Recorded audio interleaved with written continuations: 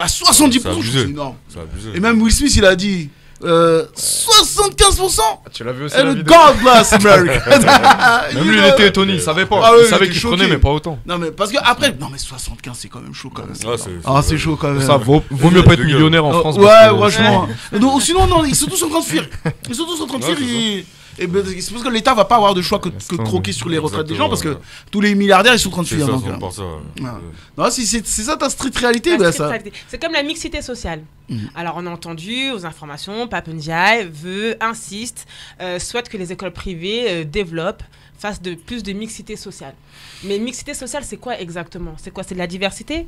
Des Noirs, des Arabes, des Blancs dans des écoles privées? Mixité sociale, de quoi exactement? pour moi, la mixité sociale, ce serait comme dans les écoles privées, c'est une sorte de personnes qui ont des moyens, mais d'essayer de faire entrer des gens qui ont moins de moyens pour avoir accès à une éducation de qualité. En fait, en gros, pour moi, c'est ça. D'accord.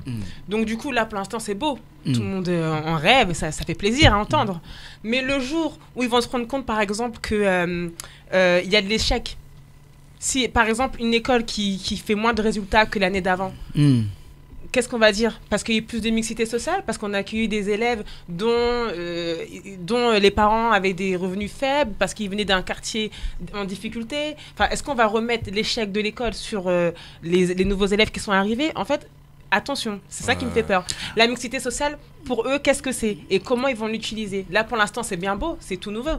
Mais quand ça va être mis en place et qu'on va avoir des difficultés dans des écoles, ça va être de la faute de qui? De ces nouvelles personnes, de ces nouveaux élèves qui ont intégré les écoles? Alors oui. On va être encore pointé du doigt. Moi, j'y crois parce que en fait, il y a déjà, je crois que c'était Polytechnique où il y a déjà des grandes écoles qui faisaient déjà ce test-là, mais ils recrutaient sur dossier, c'est-à-dire que le dossier, l'élève, il avait des notes de fou en fait, et donc ils prenaient les meilleurs.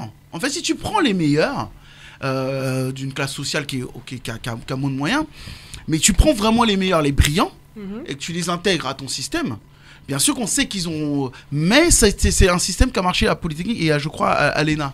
Ils prenaient quelques élèves comme ça, socialement qui avaient moins de moyens.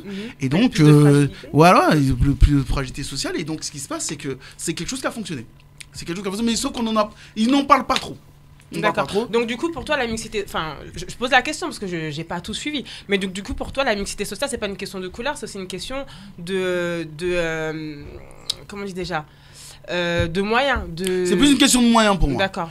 Parce qu'on va parler français. Harvard, là où sortent tous les grands entrepreneurs, beaucoup de grands entrepreneurs sont passés par Harvard.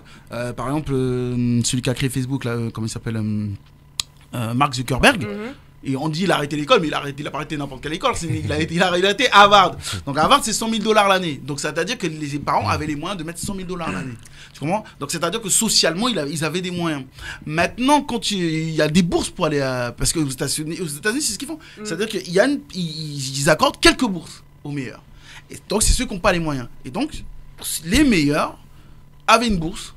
Et pouvaient intégrer par exemple Harvard. Donc c'est quelque chose qui se fait déjà à l'extérieur et qui fonctionne. Mais à ce moment-là, il faut prendre vraiment les meilleurs. Voilà. Moi, je pense que ça peut être quelque chose de bon. Après, mais c'est vrai qu'après, si ça échoue, est-ce qu'on va pas leur mettre ça dessus? C'est ça qui me fait peur. Si tu prends vraiment les meilleurs, je pense que ça peut passer. Si tu prends donc du coup, ça sera toujours, on est toujours dans les inégalités. On prend les meilleurs et les plus faibles, on les laisse dans le quartier. On les laisse en QPV, on les laisse en SECPA. Comment ça s'appelle déjà? Alors c'est un très bon débat. Après, on parlera vraiment de votre musique. En fait, je pense que tu n'as pas le choix en fait. C'est-à-dire que regarde, toutes les personnes qui sont là dans le studio, c'est des gens qui travaillent leur musique. Ils se lèvent le matin. Regarde, le week-end, ils auraient pu se reposer. Ils ont décidé de bosser. Je pense que naturellement, après ce que tu fais, tes paroles, ça ressemble beaucoup au marxisme, c'est-à-dire que essayer d'un peu d'équilibrer un petit peu tout le monde. Mais c'est un système que des gens ont testé qui n'a pas fonctionné.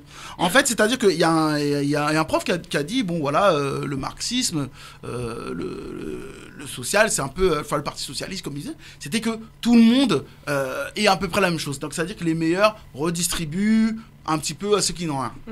Donc il a essayé, il a dit est-ce que vous croyez à ça? Donc il avait fait une expérience, il a dit à ses élèves est-ce que vous croyez à ça? Il a dit écoutez, on va essayer. Donc c'est-à-dire que dans la classe, ceux qui avaient 19, ils équilibraient avec ces points et il donnait au celui qui avait 2. Donc c'était le système. Voilà. Et au fur et à mesure du temps, celui qui était dernier, eh ben, il bossait encore moins parce qu'il savait que l'autre allait faire le travail. Okay. Et celui après qui faisait le travail a commencé à moins bosser parce que c'était plus ça, il trouvait plus l'intérêt de travailler pour les autres. Donc il bossait moins. Et sur la fin, ça a été une expérience qui s'est très mal finie en fait. Bon, après, c'était pas socialement tout ça, mais ils ont testé que ça c'est pas. Et donc, après, le problème qu'on a simplement, c'est qu'il y a des gens qui mangent bien, mais qui à un moment reçoivent beaucoup plus qu'ils ne devraient. C'est ça le vrai problème. Parce que quand tu as des gens qui sont. Voilà, il y a des parachutes dorés, tout ça. Mais il y a un moment, il y a une mauvaise redistribution. Mais par contre, quelqu'un qui travaille, qui a été, par exemple, comme eux, qui font du son, qui sortent leurs albums, tout ça, qui vont défendre leurs morceaux, tout ça, sur scène, dans la rue, avec des flyers, et qui se donnent les moyens. À un moment, quand ça prend, c'est mérité. Voilà. Donc, je pense qu'il faut la méritocratie. C'est-à-dire qu'il faut travailler sur la méritocratie. Voilà, vous avez travaillé, vous avez fait vos flyers, vous êtes battus. L'argent que vous avez, vous êtes entouré. Et tout le monde a travaillé pour que vous arriviez. À un moment, c'est ça, un mérite. Maintenant, si ce système-là, même moi, je n'y crois pas. Ouais, parce que la street réalité, c'est quoi? C'est que la mixité sociale, si le but, c'était de mélanger toutes les classes sociales, ouvrières, un peu plus riches et compagnie, c'est ça. La street réalité, c'est que ils le font déjà. Oui, des fois, tu peux avoir des soirées d'ingénieurs, tu vas avoir les mecs du quartier qui vont venir leur servir de la drogue. Tu vas avoir le professeur qui est à Harvard. Il y a des meilleurs exemples quand même pour moi. Non mais, allez là, non mais ils sont dans les mêmes soirées. Ils sont dans les mêmes soirées. Ils sont invités dans les mêmes soirées. Ouais, mais ils vont dans les mêmes magasins. Non, je préfère que le même. Elle existe déjà. Je préfère que le gars de quartier soit là parce que il était ingénieur comme eux, même s'il a fait des boulots le soir, tout ça. Bien sûr que comme socialement il a des soucis, ce qui se passe c'est que il va faire un boulot en plus. Mais au moins il est ingénieur, il est reconnu pour son talent d'ingénieur. Ouais. Mais qu'il est là parce qu'il a bicrave. Alors des gens qui sont en école privée ou en école publique, le mercredi ou le samedi au foot, ils se retrouvent tous.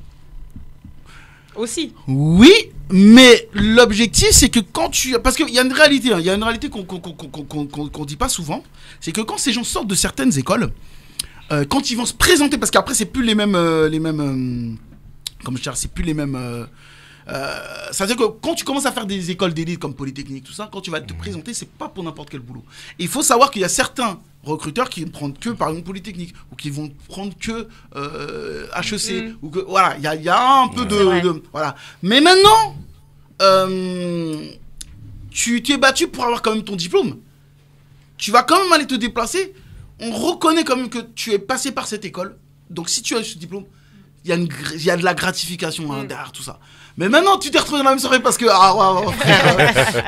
t'es le mec, le gros bicraveur. Ouais, je vois. Mais voilà, l'idée, c'était vraiment de dire, si la mixité sociale, c'est seulement mélanger les classes sociales, on n'a pas attendu Pape Ndiaye et les écoles privées pour que ça arrive. Ça se fait quand même. Voilà. Ouais, ça se fait quand même.